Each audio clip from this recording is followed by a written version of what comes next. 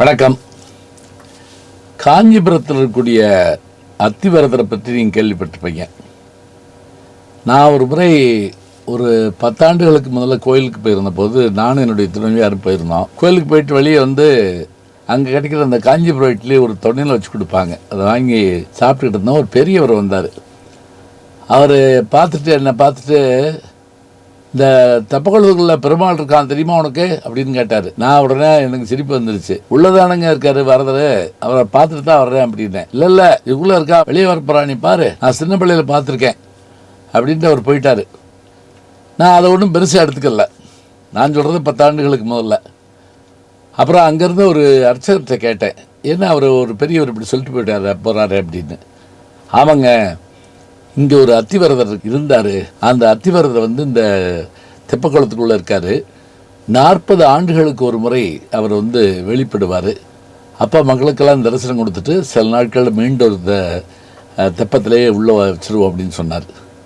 அந்த அத்திவரதர் தான் சமீபத்தில் வெளிப்பட்டு எல்லாரும் உலகமே சென்று அதை பார்த்து வியப்படைஞ்சது பார்க்குறோம். நம்ம நீருக்குள்ளே மூழ்கினாலும் நீதி சாகாது. இது தவிர அத்திவரதர்கள் உண்டா அப்படின்னு ஒரு கேள்வி கேட்டால், நான் வந்து இதே மாதிரி பயணப்பட்ட காலங்கள் எனக்கு நிறையா உண்டு.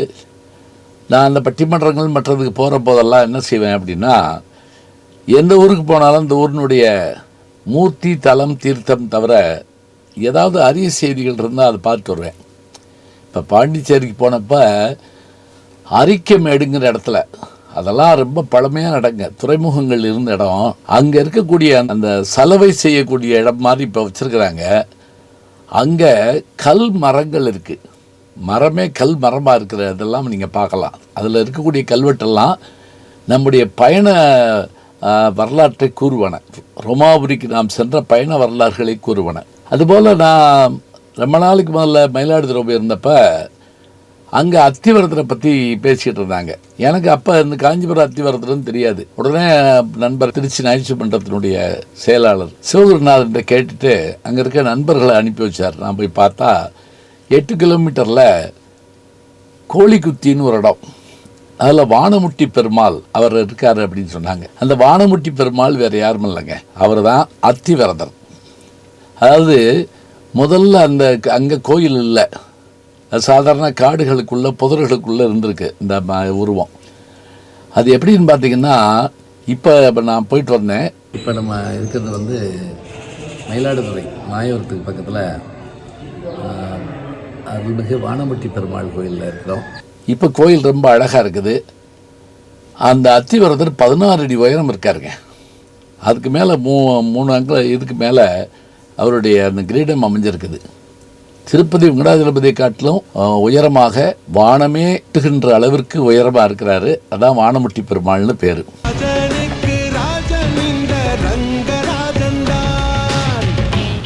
இப்போ அந்த கோயிலை அருமையாக எடுத்து அதை வந்து சிறப்படை செஞ்சுருக்கிறாங்க.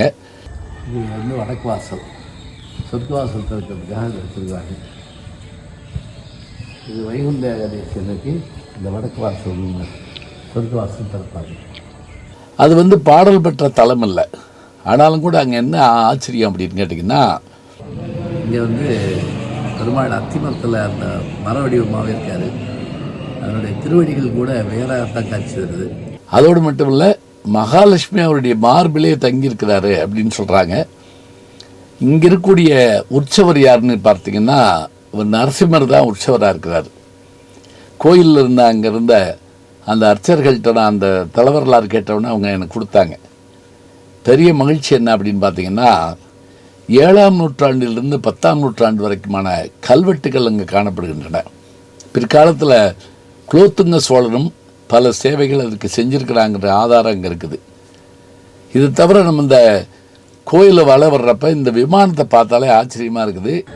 விமானம் வந்து வட்ட வடிவ விமானம். பல இடங்களில் விமானங்கள் ஒவ்வொரு முறையில் இருக்கும். கஜபிருஷ்டம்னு சொல்லுவாங்க. ஒரு பகுதி மட்டும் அப்படி யானையினுடைய பின்பகுதி மாதிரி. இது வட்ட வடிவமான நம்ம கூடலுக பெருமாள் கோயில் வந்து இந்த மாதிரி இருக்கும். அதே போல் உள்ள அற்புதமான ஓவியங்களை ஒரு நண்பர் தீட்டியிருக்கிறார். அவர் அந்த ஊருக்காரர் தான். அவளை அந்த ஓவியம் எப்படி தீட்டப்பட்டிருக்குன்னா, உள் சுவரில் மேல் பக்கத்தில் நம்ம இப்படி அண்ணாந்து பார்த்தோம்னா மேலே ஓவியம் இருக்குது. எப்படி ராமேஸ்வர பிரகாரத்தில் முழுவதுமாக ஓவியம் வரையப்பட்டிருக்குமோ அதுபோல் இந்த ஓவியம் வரைகிறது சாதாரணம் இல்லைங்க. அதை பற்றி கூட ஒரு நாள் நம்ம பேசலாம். அதாவது இப்படி இது சாரம் கட்டி இதில் படுத்துக்கிட்டு மல்லாக்கு படுத்து கண்ணில் மஸ்லின் துணி கட்டிக்கிட்டு அந்த ஓவியத்தை வரையணும். காற்று இருக்காது, வேர்வை கொட்டும், அப்படியே அதில் வரையணும். அப்படியான ஓவியங்களையும் அங்கே நான் பார்த்தேன். அதே போல் அந்த பழைய கால கல்வெட்டுக்கள் 2 இருக்குது. அந்த கல்வெட்டுக்கள் தான் அந்த கோயில் பற்றிய வரலாறு சொல்லுது. இதுதான் இங்கே இருக்கிற கல்வெட்டு. இந்த எழுத்துக்கள்லாம் இதெல்லாம் தெரியறதுனால இது பிற்கால கல்வெட்டாக இருக்கும். அங்கே இருக்குது. அந்த அப்போ இப்படியான பொக்கிஷங்கள் நம்மகிட்ட அதிகமாக இருக்குங்க. ஆனால் நான் போனப்போ பார்த்தேன், கூட்டம் அதிகமாக காணோம். மற்ற இடங்கள் இதுகள்லாம் பார்த்திங்கன்னா அங்கங்கே கூட்டங்கள் இருக்குது. மால்கள்லேயும் திரையரங்குகள்லேயும் இருக்குது. அதெல்லாம் இருக்க வேண்டியதான், பொழுதுபோக்கு தான். ஆனால் நம்முடைய செல்வங்களை நம்ம பாதுகாக்கணுங்கிறது ரொம்ப முக்கியமான ஒன்று. இந்த கோவில் பற்றிய புராண கதையை பார்க்குற போது பப்பலஹரி என்கிற முனிவர் இங்கு தவம் செய்ததாகவும், அவர் பேரில் அங்கே ஒரு தீர்த்தம், அங்கே இருக்கக்கூடிய மூர்த்தி தலம் தீர்த்தம் சொல்லும் பாருங்கள், அங்கே இருக்கக்கூடிய அந்த குளத்துக்கு பேர் அவருடைய பேரோடு இருக்கிறதாகவும் நான் கேள்விப்பட்டேன். இதுக்கு மேலே சொல்லப்படுற கதை என்னென்னா, குடகனாறு பகுதியில் ஆட்சி செய்த நிர்மலன் என்ற மன்னனுக்கு உடலில் பெருநோய் ஏற்பட அவன் இதற்கு வழி என்ன என்று வருந்தி இருந்தபோது அவன் பெருமாளை நோக்கி நடக்கிறான், பயணம் செய்கிறான். அப்போது ஒரு காட்டுப்பகுதியில் வீணை வாசித்து கொண்டிருந்த ஒரு முனிவர், நீ இந்த இடத்திற்கு சென்றால் உனக்கு மாறுதல் ஏற்படும், எந்த இடத்திற்கு செல்லுகிற போது உன்னுடைய உடல் நோய் நீங்கி பொன்னிறமாகிறதோ அங்கே இருக்கக்கூடிய பொய்கையில் மூழ்கி எழு அப்படின்னு சொல்கிறார்.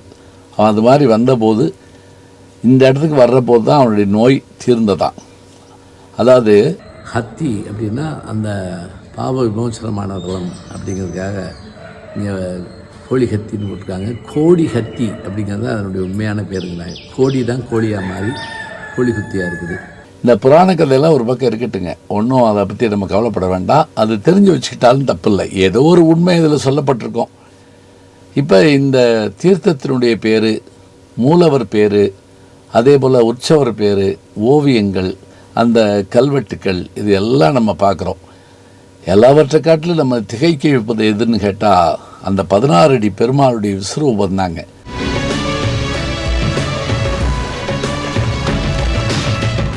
அதுவும் எப்போதும் திருவுருவங்கள் செப்பு திருமேனிகளாவோ அல்லது பழனியில் இருக்கிற மாதிரி நவபாசானத்தாலோ அல்லது கல்லாலோ செய்யப்பட்டிருக்கோம். ஆனால் இங்கே இருக்கக்கூடிய அந்த மூலவர் யாருன்னு கேட்டால் மரத்தால் ஆன மூலவர், அதுவும் அத்தி மரத்தால் ஆன மூலவர். இந்த அற்புதமான கோவில் மயிலாடுதுறையிலேருந்து ஒரு 5-6 கிலோமீட்டரில் இருக்குது. எப்போவாது நேரம் கிடச்சா போயிட்டு வாங்க. இதை பார்த்துட்டு வர்ற போது நமக்கு இதிலெல்லாம் பாவம் புண்ணியம் மற்றவை இதெல்லாம் மனதுக்குள்ளே வச்சுக்குங்க. ஒரு அழகான அற்புதமான ஒரு காட்சியை நாம் காணுகிறோம். மனத்துக்கு இதமாக இருக்கிறது, அமைதி சூழ அந்த கிராமம் இருக்கிறது. இவற்றெல்லாம் பார்க்குற போது கோடி ஹத்தியாக மாறியதும் வானத்தை முற்றுமளவுக்கு வளர்ந்திருப்பதால் வானமுட்டி பெருமாளாகவும் அவர் காட்சி தருகிறார். எல்லா பெருமையும் உடையவர் வானமுட்டி கோழிகத்தி என்ற தளத்தில் இருக்கின்ற வானமுட்டி பெருமாளாகிய அத்திவரதர் தாங்க. அத்திவரதரை 40 ஆண்டுகளுக்கு ஒரு முறை காஞ்சியிலே தரிசிக்கலாம். நினைத்த போது சந்திக்க வேண்டும் என்று சொன்னால் இந்த அத்திவரதரை சென்று சந்தித்து வாருங்கள். நல்ல செய்திகளை நாளும் சிந்திப்போம், நாளை சந்திப்போம். நாளும் நல்ல தமிழ் கேட்க முனைவர் ஞானசம்பந்தம் அவர்களின் கேளுங்கள். கண்டிப்பாக கேளுங்க, நான் கேட்டுட்டு இருக்கேன். யூடியூப் சேனலை சேர்ந்து Instagram, Facebook, Twitter, blog, WhatsApp channel என்று அத்தனையிலும் நான் முன்தொடர்ந்து செல்கிறேன். நீங்கள் பின்தொடர்ந்து வாருங்கள்.